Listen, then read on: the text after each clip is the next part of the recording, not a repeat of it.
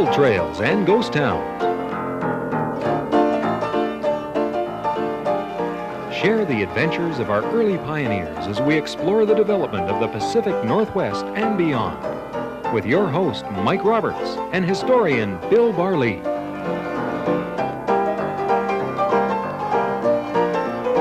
Welcome to Gold Trails and Ghost Towns. I'm Mike Roberts, and with me is Bill Barlee, who's led us on stories through British Columbia, Northern Washington, the Yukon, Alberta. Today we're going to talk about a man who we've alluded to in programs in the past, but never given him his due. Yep, he was called, Mike, the biggest man, the best-looking man, and the damnedest man who ever came over the Cariboo Road. And Minor? No, sir. Judge Matthew Baillie Begbie. That's pretty gentle words. Who was the one who referred to him in such sort of... Well, the miners generally referred to him in those terms, and they also referred to him in another term, Mike. They called him the hanging judge, and I think probably that's fairly accurate. You know, in his career, in a given few years, about 12 or 13 years, he condemned 52 men to death, 27 of them hanged, and when you compare that with the rest of Canada in the 1860s and 1870s, the rest of Canada hanged under half that number. So that Matthew Baillie Begbie did hang a number of individuals, and I'm not too convinced that he was one of the greatest judges in British Columbia, because he seemed to have a tendency to hang the Indians. Out of those 27 men who were hanged, 22 were Indians, and only 4 were Occidentals, and 1 was Chinese. And I think it was imbalance on Begbie's part.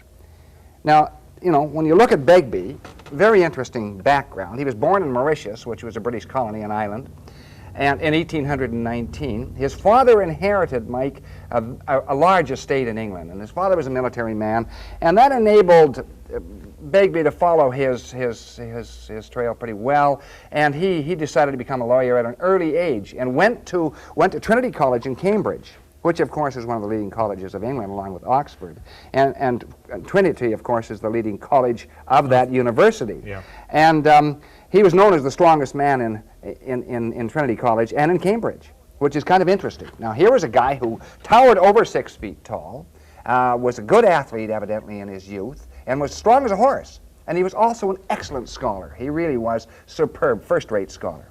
What a man. Was he a classically trained scholar? I mean, was he a man who knew everything about everything, or a great deal about many things? Well, yeah, he knew about everything. He was trained in mathematics and Latin and Greek, and he spoke 5 different languages, really. He spoke Greek and was conversant in Latin, French, German, and of course English. And eventually, when he came out to British Columbia, he knew Chinook, which was the Indian dialect, extremely well. So that this guy went on and really was a fine lawyer in London, and then a chance came up, and a chance which he really couldn't miss. And the chance was in one of the British colonies at that time called British Columbia. So in 1858, he was offered a job in British Columbia, and he didn't hesitate, Mike. Okay. Take a break here, but when we come back, we'll take a look at what he did as soon as he got into British Columbia, and he encountered a great many different situations, so we'll do that right after this break.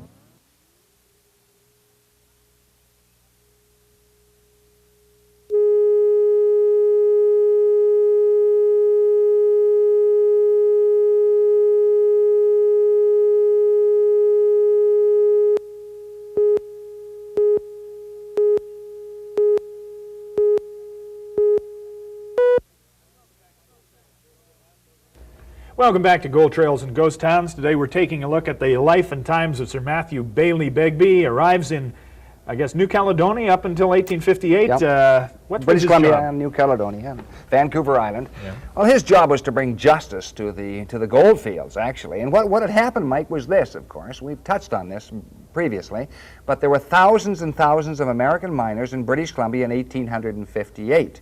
And they came with kind of a rough form of frontier justice. In fact, there's an old poem, Mike, that says it all, what they thought of the judicial system and what they thought specifically of jails. And what they thought was this. They said, and this ditty comes from California, they said, canvas roof and paper walls, 20 horse thieves in the stalls, but I did what I had done before. I coyoted out from beneath the floor. Just tunneled out of justice. It was a bad holding system, and not many people face justice ever. Almost impossible. If an American committed a murder in British Columbia, all he had to do was go down the Fraser River and across the line into Washington State and Washington Territory at that time. And avoid justice. Sure. So Begbie's job was to tighten the screws on justice. Begbie's job was partly to tighten the screws on justice and also to offset the American influence in the gold fields. And the Americans were looking, through their Manifest Destiny era, and this was part of it, at taking over all the British possessions on the west coast of North America, which included Vancouver Island and British Columbia. Yeah. And they would do that just by sheer numbers. As you said, thousands of American miners flooded in, making this American territory by population. That's right. 90% of those white miners in British Columbia were Americans, mostly Californians, some from Oregon, some from Washington, some from other parts of the United States.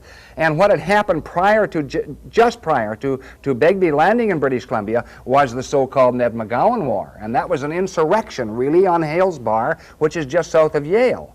And this is where an American group of miners who were pretty roughly hewn. In fact, they were given short term by the vigilantes of San Francisco to head out of California, which they did, and they landed up in British Columbia and almost took over there. It was very, very close, and it meant that Sir James Douglas had to bring in the Marines and bring in considerable force to put down this insurrection. And did James Douglas, do you think, say, we need a good lawyer, a good solid man to take over the judiciary to handle this here, and Begbie was his man? Yeah, he was ideally suited. You know, here was a guy who liked the frontier in those first years. People liked him. Yeah, he was a very imposing guy. He was big, as I mentioned before. He was raw-boned. He was a good athlete, and he came in at 800 pounds a year. Now, 800 pounds, Mike, is about $4,000 then. That would be equivalent to $120,000 now. And also another provision, his horse had to be taken care of as well. Well-fed, well-paid, and well-educated. Yeah. Despite the potential flaws of, as you pointed out at the beginning, of maybe hanging too many Indians. Yeah. One of the first cases, of course, I guess, is associated with an uprising, a massacre.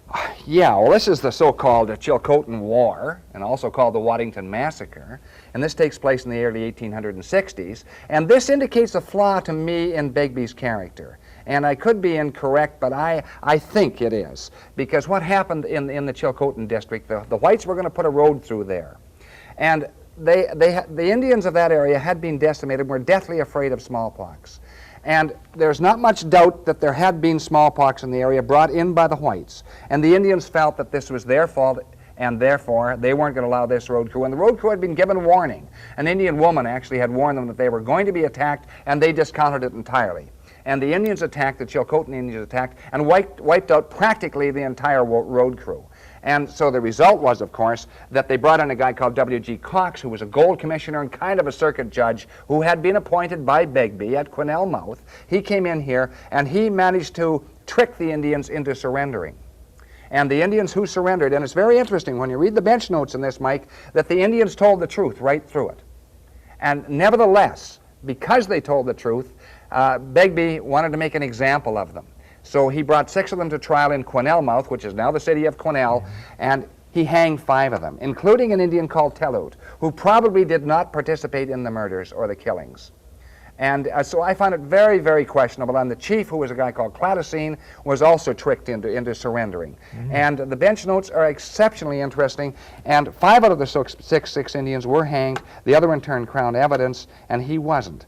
But it was not unusual for Begbie to do this. And there's no doubt that I think the whites were at fault in this, because there is, if you look over the later issues of the Victoria Daily Colonist at that time, you'll see there were warnings printed in there that anyone selling the infected blankets to the Indians will be severely dealt with. So smallpox inflicted. That's right.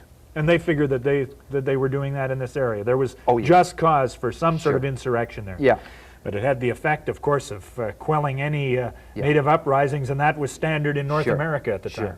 And so we can take a look at this photo of Begbie. And this is a photo of Begbie as he would appear when he first came into British Columbia, Mike. And there he is, over 6 feet tall, probably weighing about 210 pounds, and lives up to his reputation, really. Getting those piercing eyes glaring at you from the bench. But he was high-handed, Mike. He was autocratic. And he, you know, really, some of his decisions are most questionable. And when the jury did not agree with him, and there's a in this book here, which is excellent book on Matthew Baillie Begbie. Had a chance to talk with David Williams, a man for a new country, and that's where you're quoting a considerable amount of the information. There's some information in here we are using from this, and some other information as well. And I think that David Williams may have a slightly jaundiced view, and that David is a lawyer, and he likes Begbie, and I can see the reasons why, but I can also see some flaws in Begbie's character. And one of these flaws, I think, is indicated on page 144. Several of the cases. Which case do you want to start out with? Well, I think what we should do is start out with a case of an individual who they had concocted a scheme. And this is a guy in Williams Lake at this time, and his name was Gilchrist. He was an American miner in 1862. And they hated a guy called Turner, Mike.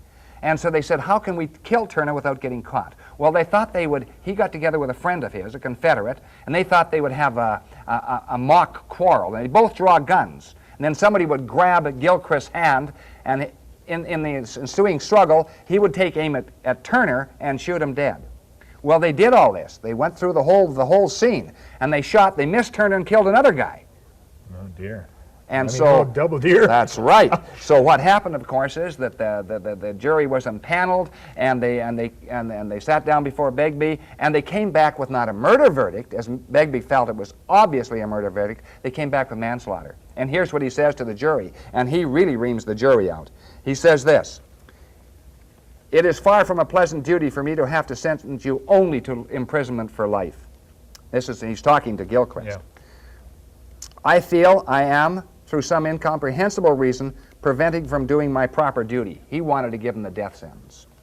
And then in a voice of thunder, your crime was unmitigated, diabolical murder. You deserve to be hanged. Had the jury performed their duty, I might now have the painful satisfaction of condemning you to death. And you, gentlemen of the jury, this is what he goes on. You are a pack of Dallas horse thieves. That's about the highest insult you can give them. And permit me to say it would give me great pleasure to see each of you hanged, each and every one of you, for declaring a murderer guilty only of manslaughter. Now, that's very interesting. But he couldn't change their decision. No, he couldn't, but he was mad as the deuce about it. But the interesting thing is that Gilchrist, after he got out of prison and served practically the full term... What was the term for manslaughter? Well, in that case, he would probably serve at least 15 years for manslaughter, and he went back into the States under an assumed name. Guess how he ends up, his career? Yeah. He becomes warden of San Quentin Prison. Ends up in prison for the rest of his life. What an amazing... But on the other side. He knows he could have been executed had things not gone the other way. Oh, yeah. Well, did he heap scorn and abuse on the heads of many jurors for their work? Well, let's take a look at another case. A guy called Matthias Neal.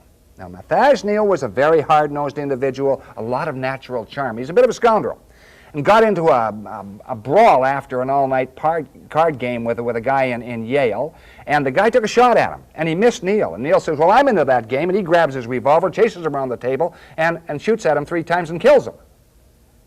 So he's brought up for murder. He's arraigned on this charge. But he comes down in the sternwheeler with Matthew Baillie Begbie. And the interesting thing is that he has supper, a very pleasant conversational supper with Matthew Baillie Begbie. Then he's brought up to trial, and this is a clear case of murder. You know. Now, it's not self-defense at this point. Well, it is and it isn't. Yeah, okay. But, you know, obviously a case of murder, but Begbie passes down a very lenient sentence, 4 years only. Oh, dear. Ah. Yeah.